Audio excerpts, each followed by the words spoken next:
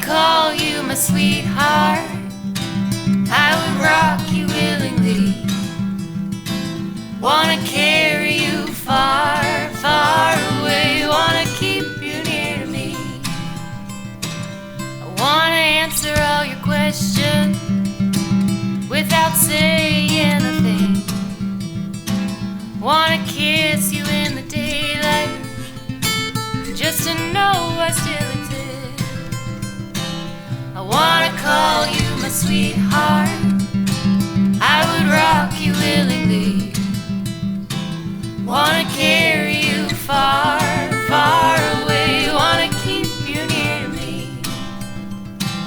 I wanna tell you that I love you, but right now it's just too soon, for no words can describe what my world is going through. I wanna call you my sweetheart. I would rock you willingly. Wanna carry you far, far away. Wanna keep you near to me. I wanna come home to you. Let me be home with you,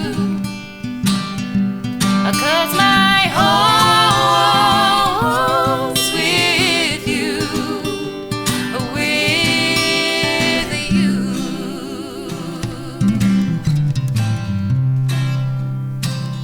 Wanna romance you tender, wanna fall real hard, wanna totally surrender, wanna give you all my heart. I wanna call you my sweetheart.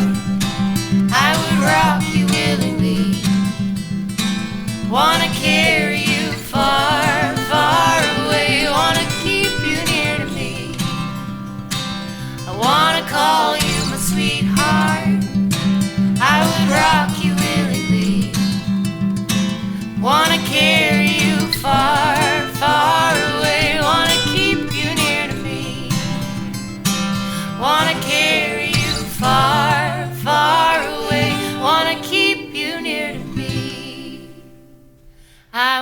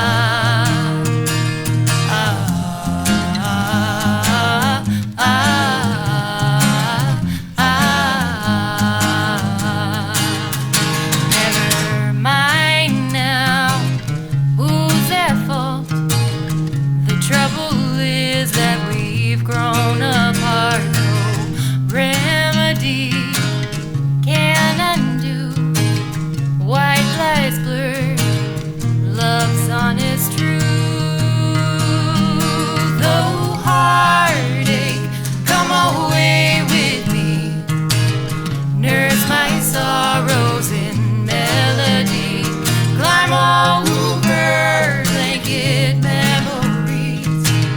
Beyond these hills I just might see. How to forget.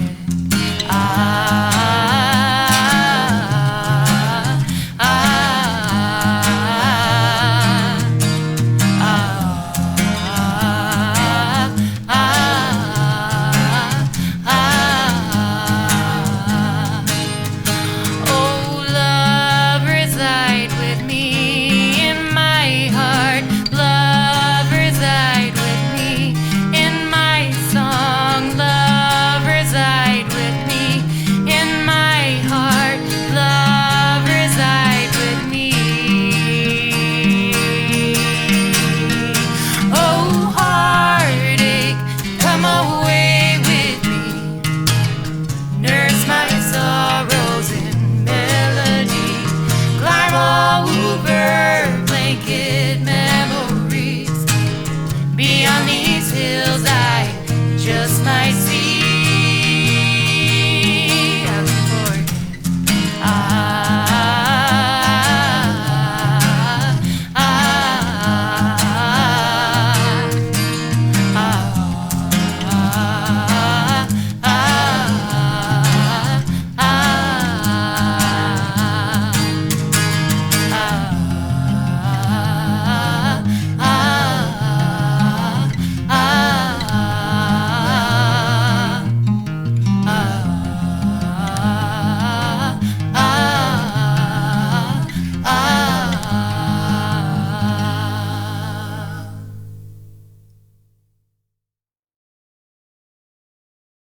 Welcome to episode 4 of the National Music Sanctuary, shot live from CSUMB.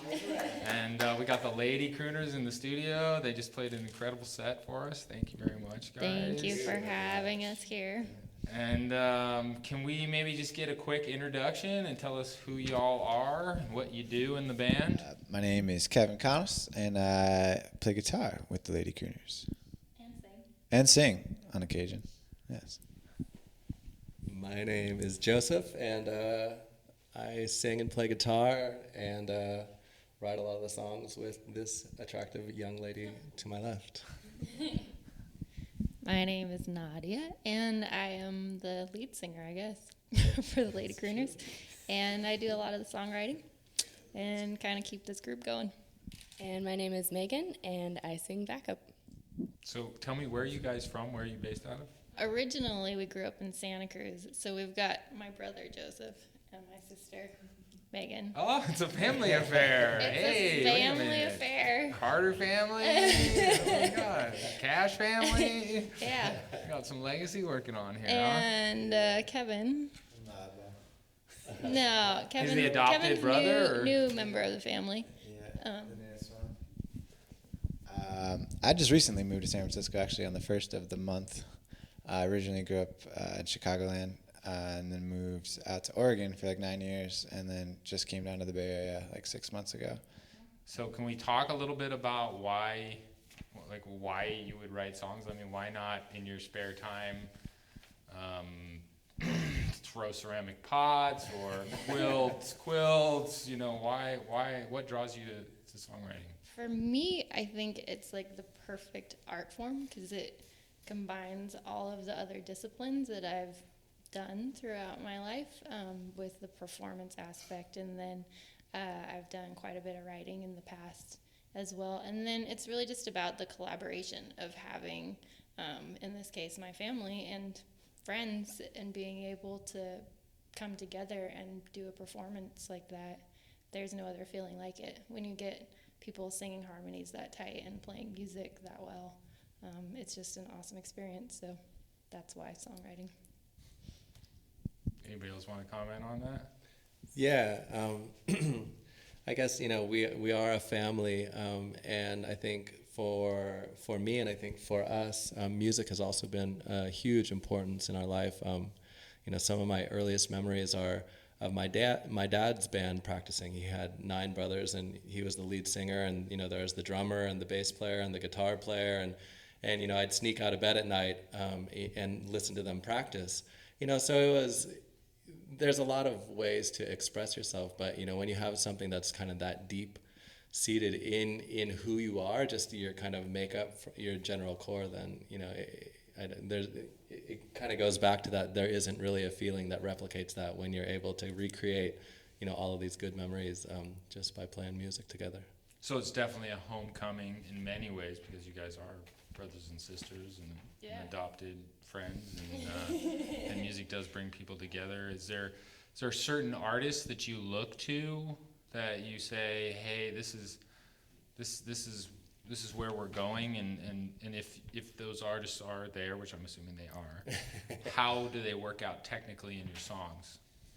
When we decided to put together the Lady Crooners, Joseph and I, like 3 years ago now, we wanted to go back to the music that we were growing up with as kids, and so a lot of that was the groups from the 70s, and so like Linda Ronstadt was a huge influence, and the Beatles and the Eagles and Simon and Garfunkel, so groups like that, and kind of capturing that acoustic vibe was a big thing. Yeah, and then I think part of our, we're kind of looking to musicians. We really wanted to kind of go back also to a bit of, there seemed to be a certain innocence in playing music. So for us, some of the groups from more of the 70s, we were big listening to James Taylor and Carly Simon and Beach Boys, and, kind of learned all, probably, singing harmony from them. But when it comes down to it, I think our whole reason for doing this band, bottom line, is to have fun. And so I think in a lot of ways we kind of wanted to take some of the fun and youthfulness and innocence of that time, and that kind of comes through in our music. So this is not for fame nor fortune. So be it if it comes, but really, for us to get up and enjoy ourselves. And so in a lot of ways, those bands that, seem to kind of have had some of that, I think are really our driving force. Well, it definitely comes through in the music. You guys you're in it. And, when I first saw you play, it was at K-Pig's Please Stand By show, and I saw it there. It shines through, and that authenticity, the fact that you guys are up there and having fun, and it's infectious, so it works really well. As far as the songwriting process, because it's always like this thing, the process, like how does that work? And so I'm always curious, is it something like, because I write songs, and when I write songs, it's typically, a lyric will come to me, and it'll usually be me goofing around in a room with my guitar, and then a melody or a couple chord changes will come. And then from there, it's taken to a band, and the band kind of further iterates it. Is that how you guys work, or do you work in a different way? Yeah, it's a similar process. So up to this point, primarily, it's been Joseph and I that are collaborating on the songwriting process. And so the song will initiate with, like you said, some sort of lyric or phrase or melody line that just gets stuck in my head. I don't play an instrument, so I have to just kind of keep that melody and make it something that's going to become a solid enough song that I can share it with a musician who can then write music to it. Or it sometimes works in reverse, where a musician will come to me with a song that's already written, and then I put the melody and lyrics over the top to that. So it can be a deeply personal process, because a lot of the writing ends up taking something that's happened in my life that sparks that emotional urge to get it out there on paper in some way, and then try to tell it as a story that everyone can relate to. Yeah, I was just gonna follow up with that.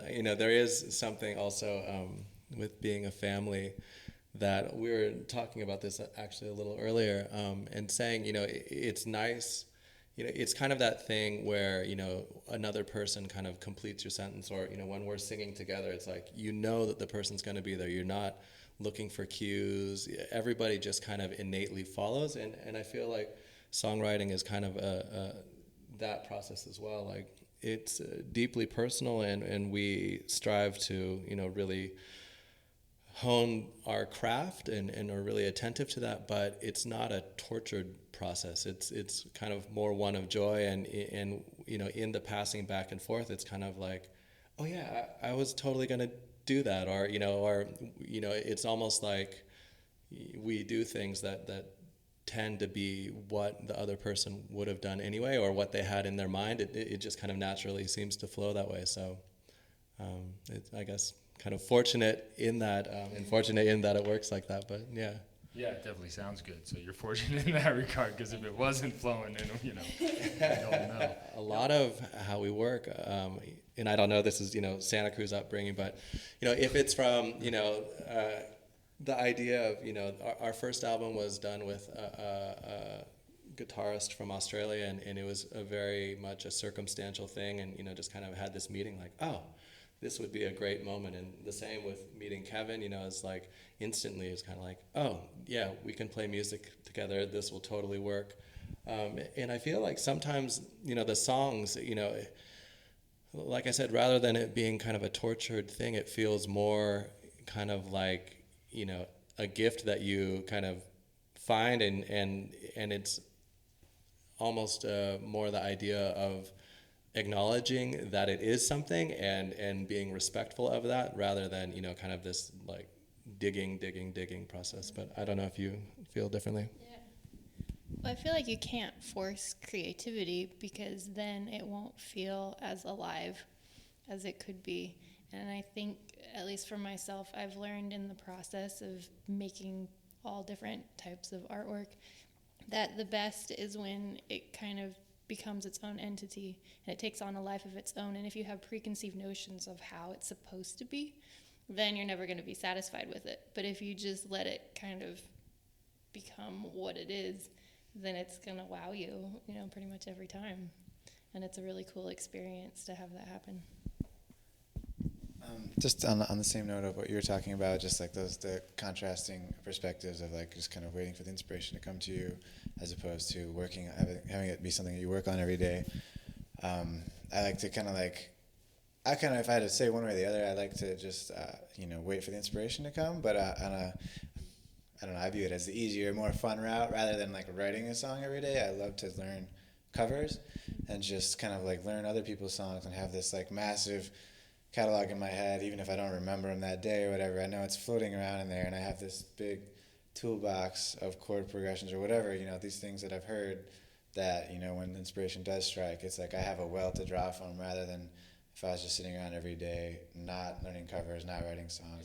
So how do you guys support yourselves? You're musicians only, or you got day jobs?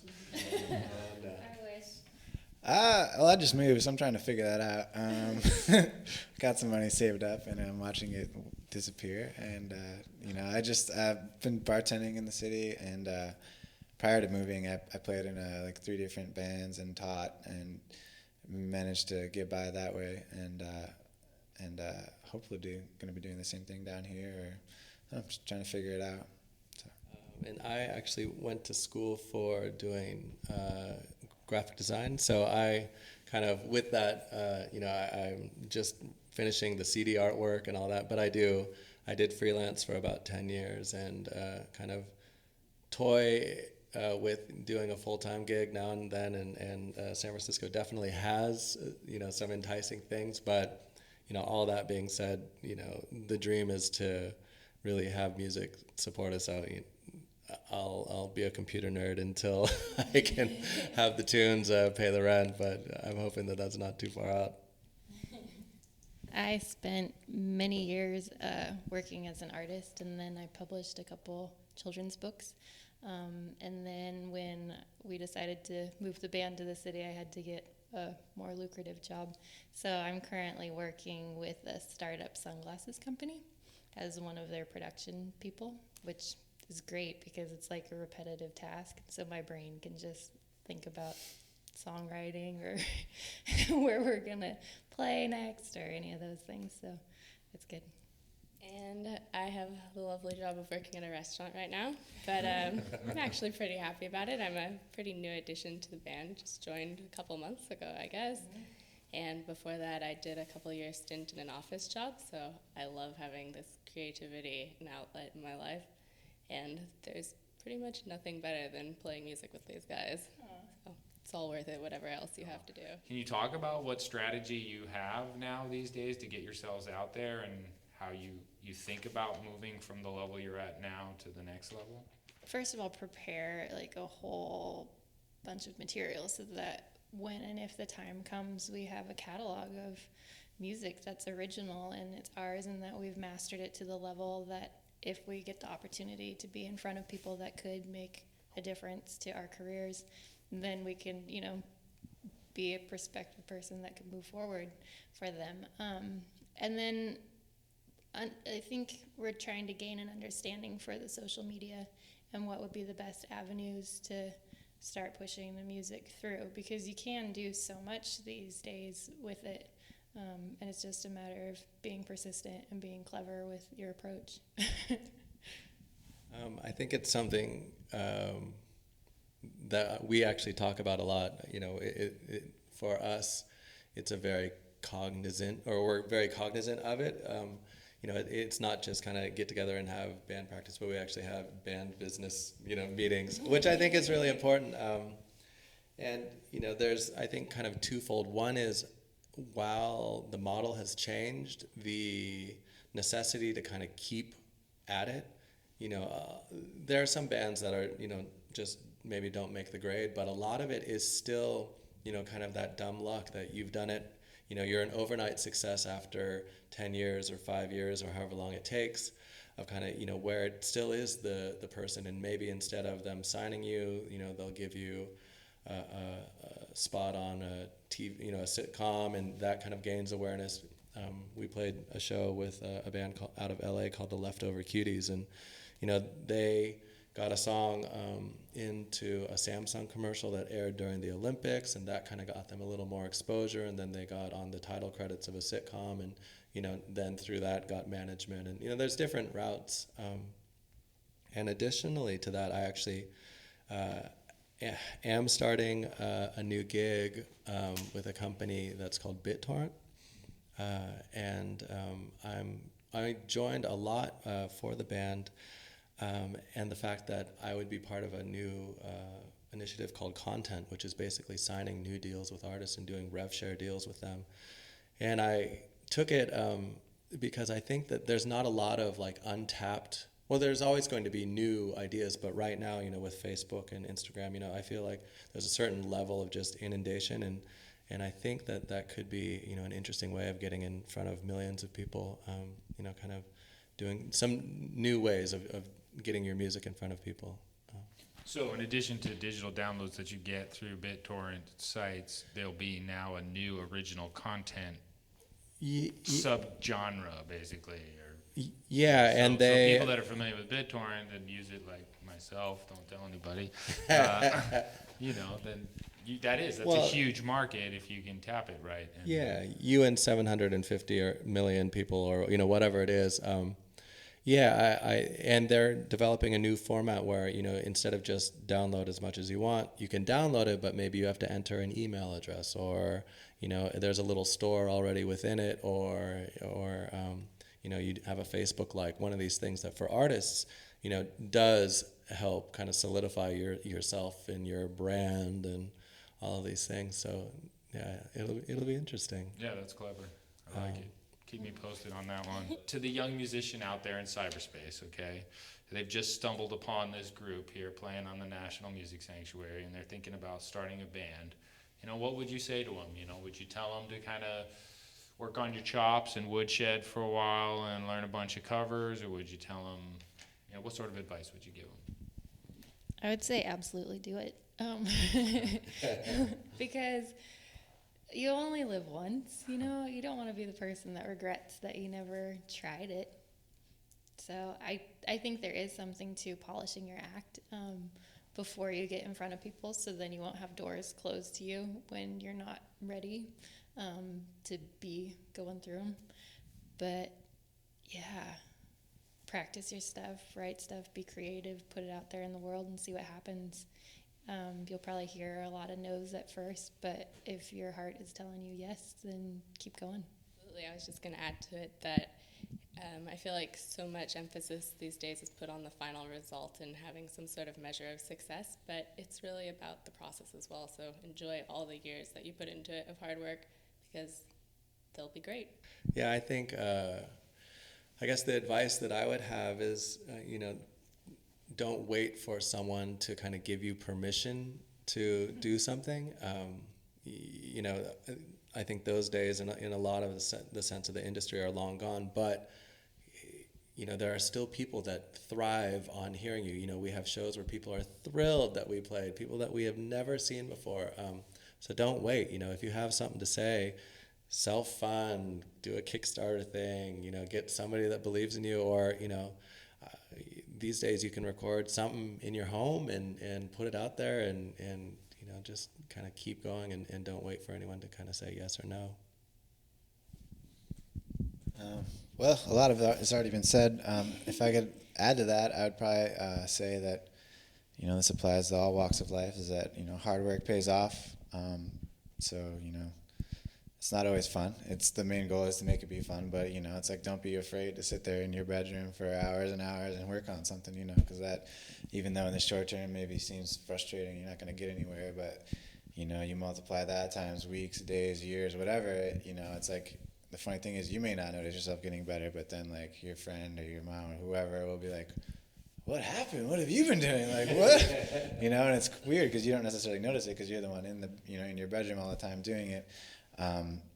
So there's that, and then also a great thing to do is just surround yourself with role models. It's just it's like find the people that are 5-10 years older than you, or 2 years older than you, or whatever, that are doing what you want to be doing when you're their age, and surround yourself with those people, and just kind of wiggle your way in there. Do what you got to do. You may not be up to their par, but sooner or later you will be. There's nothing better to motivate you than just being around people that inspire you, So it's hard to do it on your own, So. Yeah, it's definitely a team sport, Yeah. playing music. Well, you guys, this has been a lot of fun. I'm going to throw this non sequitur out just because I like to do that.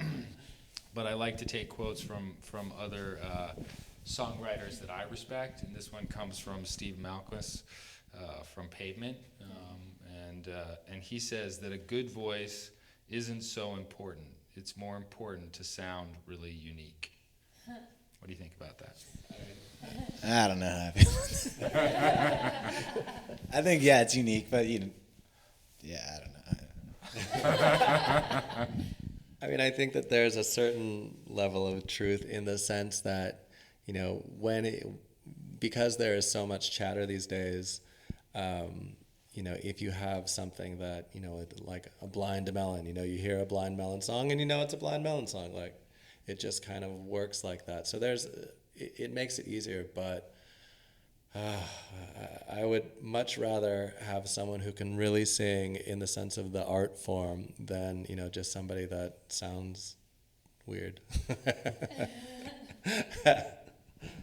I guess, just my 2 cents on that is just as an audience member, or somebody that appreciates music, the thing that I really look for the most in artists that I find a calling to and want to come back more and more and listen to them is just the authenticity of just being real with themselves. I would never ever want to listen to anybody who's trying to sound unique. It's you are who you are and your voice is what it is, and embrace that and just really sing from your chest, and just and that's all you can really do. I don't know. I don't really want to see people pretending to be somebody that they're not, I think that there is something to being good at your craft. And so I feel like the craft of singing really does require being able to hear if you're on key or not, and then hopefully deliver on key. But that being said, I think having a unique voice, it's just really more about, like what Kevin said, being authentic and being who you are and your sense of expression of the music, rather than pretending to be something else. And it's crazy these days when we're in the studio, They've got all the programs, so you don't really even need to sing anymore. Like, you can just squeak out some note, and they can move it around through the computer programs and make you sing the whole song beautifully.